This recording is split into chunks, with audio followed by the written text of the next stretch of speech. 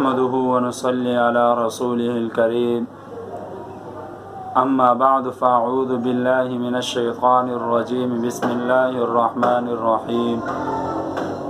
قال الله تبارك وتعالى في الكلام المجيد والفرقان الحميد الذين إن مكناهم في الأرض أقاموا الصلاة وآتوا الزكاة وأمروا بالمعروف ونهوا عن المنكر وللہ عاقبۃ الامور صدق اللہ العظیم۔ معزز سامعین، آج انشاءاللہ العزیز شریعت اور ریاست کے حوالے سے بات کریں گے۔ تو سب سے پہلے جو آیت کریمہ تلاوت فرمائی، اس آیت مبارکہ کا ترجمہ ہے، یہ لوگ ایسے ہیں کہ اگر ہم ان کو حکومت دے دیں تو یہ لوگ نماز کی پابندی کریں گے اور زکوٰۃ دیں گے اور نیک کاموں کا لوگوں کو کرنے کا کہیں گے اور برے کاموں سے روکیں گے، اور سب کاموں کا اختیار تو خدا ہی کے اختیار میں ہے۔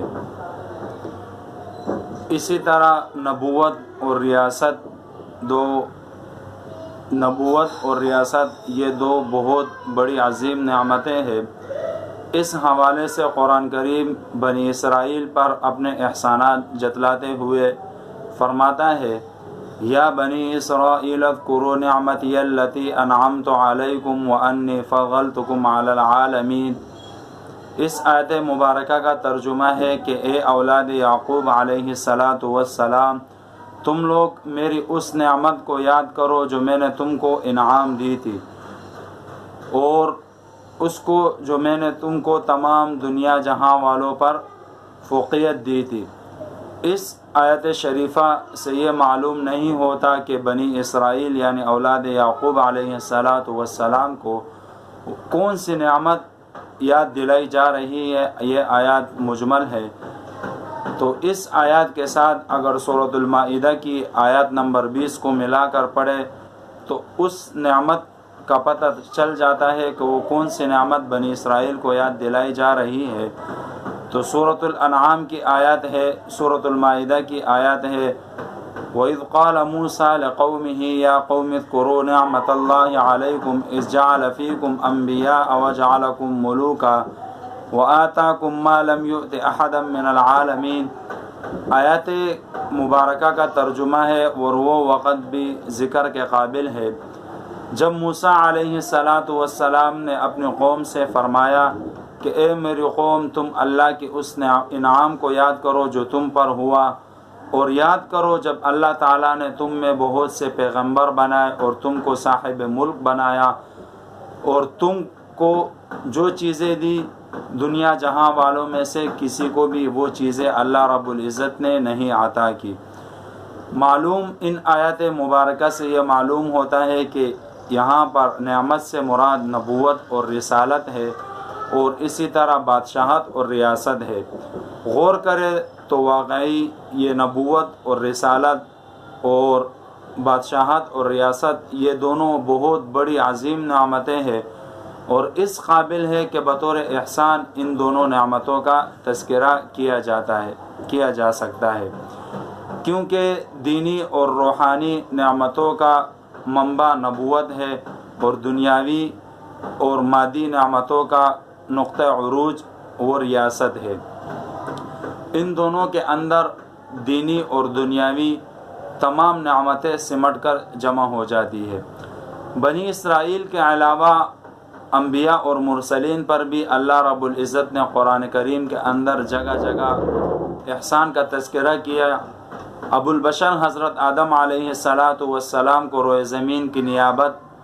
اور حضرت سلیمان علیہ السلام کو بے مثال مملکت بخشی گئی، اور حضرت داؤد علیہ السلام کو خلافت عرضی کی نعمت یاد دلائی گئی، اور حضرت ابراہیم علیہ السلام کے متعلق مذکور ہے کہ ہم نے ان کو مملکت عظمیٰ عطا کی، جیسے کہ قرآن شریف کی آیت مبارکہ ہے، ام یحسدون الناس علی ما آتاہم اللہ من فضلہ فقد آتینا آل ابراہیم الکتاب والحکمت وآتیناہم ملکا عظیما۔ اس آیت مبارکہ کا ترجمہ ہے، یا یہ لوگ اس بنا پر حسد کرتے ہیں کہ اللہ تعالیٰ نے ان کو اپنا فضل کیوں عطا فرمایا، سو ہم نے حضرت ابراہیم علیہ السلام کے خاندان کو کتاب اور حکمت عطا کی اور انہیں بڑی سلطنت عطا کی۔ علاوہ ازیں ان تمام باتوں کے علاوہ حکومت اور حکومتی عہدوں کے لیے شرعی نصوص میں خلافت، وراثت اور امامت، نعمت، عزت، شہرت یہ الفاظ یا ان کے مشتقلات استعمال کیے گئے ہیں، جن سے حکومت کی غرض و غایت اور اس کا نعمت ہونا، یعنی حکومت کس قدر بڑی نعمت ہے، اس کا بڑی نعمت ہونا معلوم ہوتا ہے۔ جس ریاست کا حق تعالی شانہ نے احسان قرآن کریم کے اندر جگہ جگہ احسان جتلایا، اس سے مراد وہ ریاست نہیں جو سیاست کی کتابوں میں ملتی ہے اور جس کو افلاطون، سقراط اور ارسطو اور ہیکل اور رومی اور میکائیلی بیان کرتے ہیں، بلکہ وہ ایک ایسی ریاست ہے جہاں حکم الہی کی بالادستی اور شریعت کی حکمرانی ہو، کیونکہ اگر ریاست شرعی نہ ہو بلکہ ریاست لادین، جابرانہ اور ظالمانہ ہو تو اس کا ذکر بطور احسان کیوں کیا جاوے؟ اسی طرح ریاست کیا ہے، اس حوالے سے اس ریاست کے حوالے سے کہ ریاست کے بارے میں قدیم اور جدید مفکرین کیا کہتے ہیں یا موجودہ مفکرین کس نظریے پر متفق ہے کہ ریاست کیا چیز ہے، ہمیں ان تفصیلات میں جانے کی ضرورت نہیں، کیونکہ ہمارا مقصد ان نظریات کو معیار بنا کر قرآن کریم کو جانچنا نہیں، بلکہ قرآن کی بنیاد پر اپنی نظریات کی عمارت کو استوا کرنا ہے۔ اور اسی طرح دوسرے نمبر پر ریاست اور شریعت کا تلازم، یعنی اگر ریاست اور شریعت کا تلازم ہو، ریاست اگر شرعی ہو تو شریعت سے الگ اور جدا کوئی چیز نہیں بلکہ اس کا عکس اور پرتو ہے۔ حضرت شاہ اسماعیل شہید رحمۃ اللہ علیہ لکھتے ہیں کہ ریاست ذل رسالت اور امام رسول کا نائب ہے، یعنی ریاست رسالت کا سایہ ہے اور امام رسول کا نائب ہوتا ہے۔ جب ریاست عکس ٹھہری تو قاعدہ یہ ہے کہ اصل اور عکس کے اندر کوئی تضاد نہیں ہوتا بلکہ اتحاد ہوتا ہے، کیونکہ اگر تضاد ہو تو پھر عکس نہیں رہتا۔ اس حوالے سے علامہ سید سلیمان ندوی رحمۃ اللہ علیہ لکھتے ہیں کہ اسلام ایک ایسی ریاست ہے جو ہمتن دین ہے اور ایسا دین ہے جو سراپا ریاست ہے۔ حقیقت یہی ہے کہ دونوں ایک دوسرے سے جدا نہیں ہو سکتے، کیونکہ ریاست کا وجود ہی شریعت کے بدولت ہے اور اس پر مسلمان مفکرین کا اتفاق ہے۔ اسی حوالے سے امام ابو حامد الغزالی رحمۃ اللہ علیہ کے نزدیک بھی ریاست کی بنیاد شریعت ہے، اور وہ اس حوالے سے اس پر کچھ عقلی اور نقلی دلائل کا اضافہ بھی کرتے ہیں۔ مثلا رسول کا منشا ہے کہ اسلام کا باضابطہ قیام ہو، اور محقق توسی رحمۃ اللہ علیہ کے نزدیک تو ریاست شریعت کا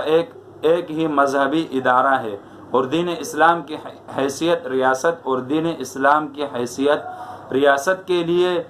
ایک ناظم کی ہے۔ اور امام ماوردی رحمۃ اللہ علیہ جو بلند پایہ اسلامی مفکر سمجھے جاتے ہیں، انہوں نے لکھا ہے کہ ریاست کے اولین ذمہ داری مذہبی اصولوں کا دفاع اور تحفظ ہے۔ ان مسلمان پر سیاسی مفکرین کے علاوہ اگر فقہا کو دیکھے جو شریعت کے رمز شناس سمجھے جاتے ہیں، وہ بھی لکھتے ہیں کہ نصب الامام فرض۔ آج کل اس فکر کا پرچار کیا جا رہا ہے کہ سیاست اور مذہب دو الگ الگ چیزیں ہیں اور ریاست کا کوئی مذہب نہیں۔ یہ مغربی فکر ہے جس کی بنیاد اس فلسفے پر ہے کہ جو قیصر کا حق ہے وہ قیصر کو دو اور جو خدا کا حق ہے وہ خدا کو دو۔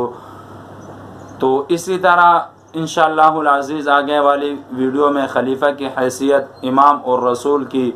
نیابت کے حوالے سے بات کریں گے۔ اللہ رب العزت سے دعا ہے کہ اللہ رب العزت ہمیں ان باتوں کو سمجھنے کی اور اس پر عمل کرنے کی اور دوسروں تک پہنچانے کی توفیق عطا فرمائے، وآخر دعوانا ان الحمد للہ رب العالمین۔